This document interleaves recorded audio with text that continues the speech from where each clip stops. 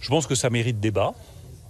Je pense que chacun doit prendre conscience que la lutte contre le changement climatique ne fait que commencer, qu'elle va être très coûteuse et que la clé de notre succès en matière environnementale, c'est le financement.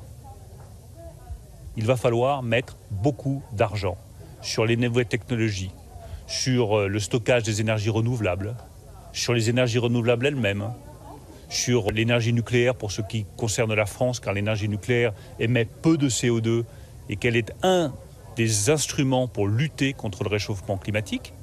Donc regardons déjà quel est le volume d'investissement dont nous avons besoin. Il va être beaucoup plus important que ce que nous anticipions. Beaucoup plus important.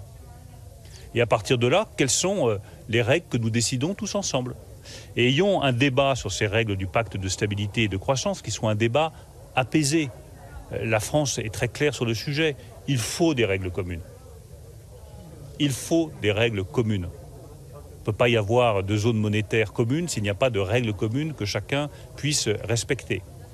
Ensuite, il y a des règles qui sont visiblement obsolètes. Prenez le niveau de dette publique. Lorsqu'il y a 10 ou 20 points d'écart entre les dettes publiques d'un État membre et d'un autre, ça ne pose pas de difficulté. Aujourd'hui, sur la seule dette publique, il y a des écarts de niveau qui sont parfois de 100 points entre des États qui sont près de 60% de dette publique et d'autres qui sont à plus de 160% de dette publique.